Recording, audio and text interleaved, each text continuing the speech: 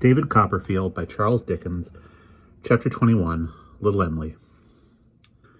There was a servant in that house, a man who, I understood, was usually with Steerforth, and had come into his service at the university, who was in appearance a pattern of respectability. I believe there never existed in his station a more respectable-looking man. He was taciturn, soft-footed, very quiet in his manner, deferential, observant, always at hand when wanted, and never near when not wanted. But his great claim to consideration was his respectability.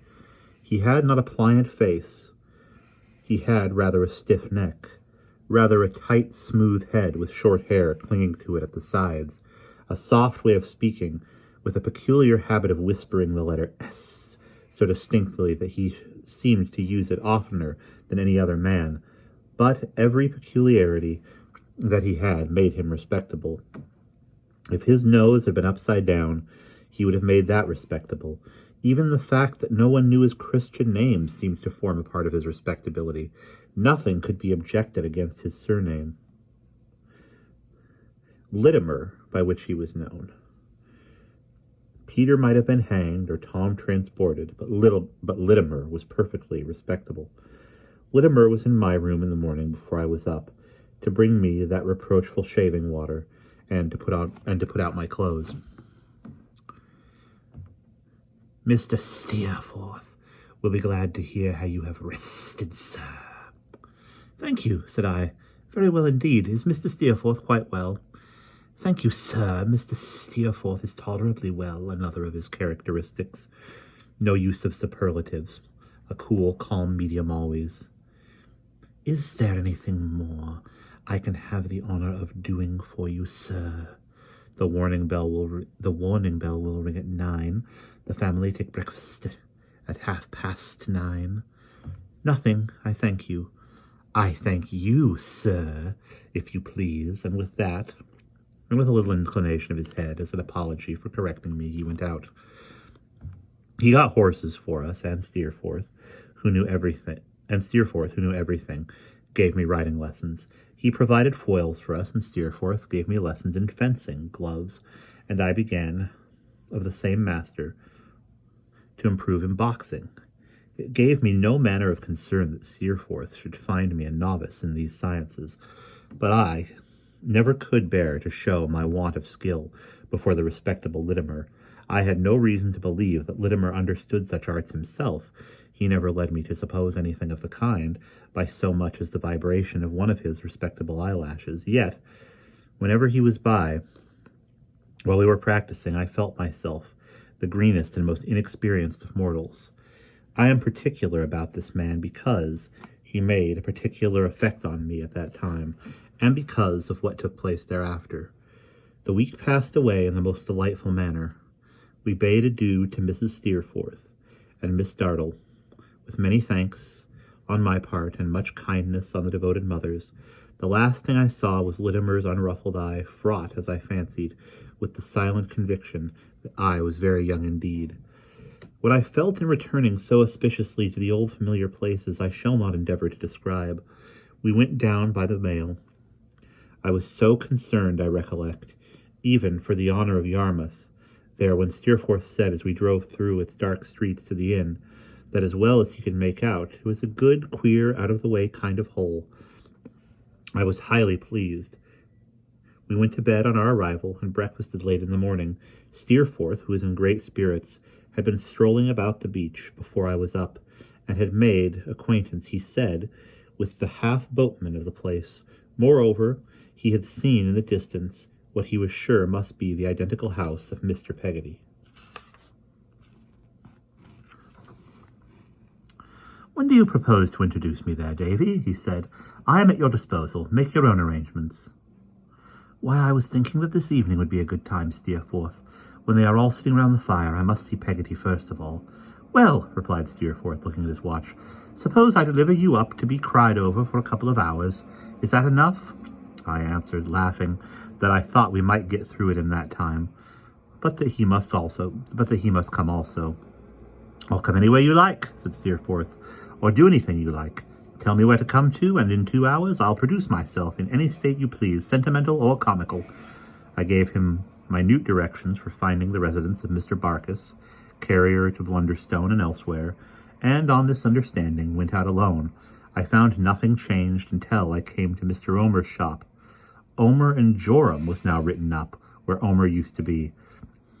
But the inscription, Draper, Tailor, Haberdasher, Funeral Furniture, etc., remained as it was. My footsteps seemed to tend so naturally to the shop door that I went across the road and looked in. There was a pretty woman at the back of the shop, dancing a little child in her arms, while another little fellow clung to her apron. I had no difficulty in recognizing either Minnie or Minnie's children. "Is Mr. Omer at home?" said I, entering. "I should like to see him for a moment, if he is." "Oh, yes, sir, he is at home," said Minnie. "Joe, call your grandfather." The little fellow, who was holding her apron, gave a lusty shout, and soon Mr. Omer, shorter-winded than of yore, but not much older-looking, stood before me. "Servant, sir," said Mr. Omer. "What can I do for you, sir?" "You can shake hands with me, Mr. Omer, if you please," said I, putting out my own.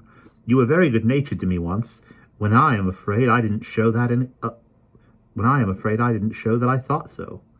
"I think my memory has got as short as my breath," said Mr. Omer, looking at me, shaking his head, "for I don't remember you." "Don't you remember? You're coming to the coach to meet me, my having breakfasted here, and our riding out to Blunderstone together?" "To be sure," said Mr. Omer, touching my waistcoat with his forefinger. "Barkis, the carrier's wife, Peggotty the boatman's sister. She had something to do with your family. She was in service there, sure." My answering in the affirmative gave him great satisfaction.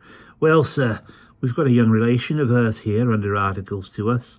There's an elegant taste in the dressmaking business, I assure you, and I don't believe there's a duchess in England can touch her." "Not Little Em'ly," I said involuntarily. "Em'ly's her name," said Mr. Omer.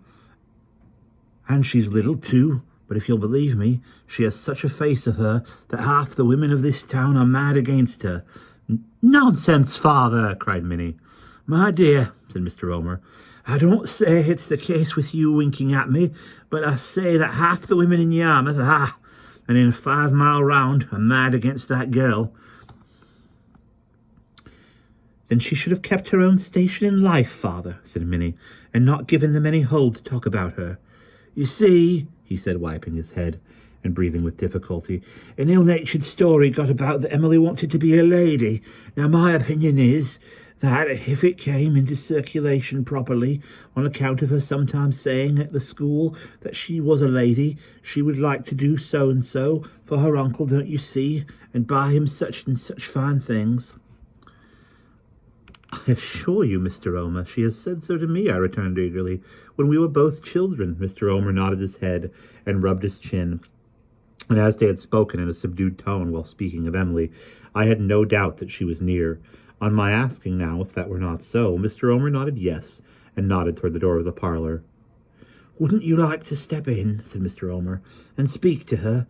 Walk in and speak to her, sir. Make yourself at home."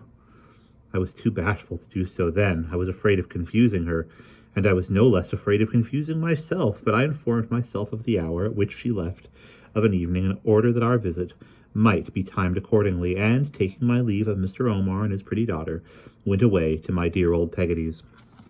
Here she was, in the tiled kitchen, cooking dinner. The moment I knocked at the door, she opened it and asked me what I pleased to want. I looked at her with a smile, but she gave me no smile in return. I never ceased to write to her, but it must have been 7 years since we had met. "Is Mr. Barkis home, ma'am?" I said, feigning to speak roughly to her. "He's at home, sir," returned Peggotty, "but he's bad abed with the rheumatics." "Don't he go over to Blunderstone now?" I asked. "When he's well, he do," she answered. "Do you ever go there, Mrs. Barkis?" She looked at me more attentively, and I noticed a quick movement of her hands toward each other. "Because I want to ask a question about a house there that they call the the Rookery," I said. She took a step backward and put her hands in an undecided, frightened way as if to keep me off. "Peggotty!" I cried to her. She cried, "My darling boy!" and we burst into tears and were locked in one another's arms. I went upstairs with her, having waited outside for a minute, while she said a word of preparation to Mr. Barkis, presented herself before the invalid. He received me with absolute enthusiasm. He was too rheumatic to be shaken hands with, but he begged me to shake the tassel of the top of his nightcap, which I did most cordially. When I sat down by the side of the bed, he said it did him a world of good to feel as if he were driving me on the Blunderstone Road again, as he lay in bed, face upward, and so covered with that exception that he seemed to be nothing but a face, like a conventional cherubim. He looked the queerest object I ever beheld. What name was it? What name was it? As I wrote up in the cart, sir, said Mr. Barkis, with slow, rheumatic smile. Ah, Mr. Barkis, we'd some grave talks about that matter, hadn't we? I was willing a long time, sir, said Mr. Barkis. A long time, said I. And I don't regret it, said Mr. Barkis. Do you remember what you told me once about her making all the apple pasties and doing all the cooking? Yes, very well, I returned. It was as true, said Mr. Barkis, as turnips is. It was all true, said Mr. Barkis, nodding his nightcap, which was his only means of emphasis, as taxes is, and nothing's truer than them. Mr. Barkis turned his eyes upon me, as if for my assent in this result of his reflections in bed, and I gave it. Nothing's truer than them, repeated Mr. Barkis. A man as poor as I am finds out in his mind that he's laid up. I'm a very poor man, sir. I am sorry to hear it, Mr. Barkis. A very poor man indeed I am, said Mr. Barkis. Here his right hand came slowly and feebly from under the bedclothes, and with a purposeless, uncertain grasp took hold of the stick which was loosely tied to the side of the bed. After some poking about with this instrument, in the course of which his face assumed a variety of distracted expressions, Mr. Barkis poked it against a box, on end of which had been visible to me, all the time. Then his face became composed. Old clothes, said Mr. Barkis. Oh, said I. I wish it was money, sir, said Mr. Barkis. I wish it was indeed, said I.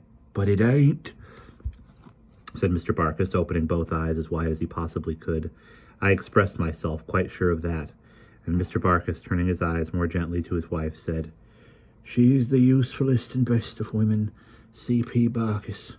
All the praise that anyone can give to C.P. Barkis she deserves and more. My dear, you'll get a dinner today for company.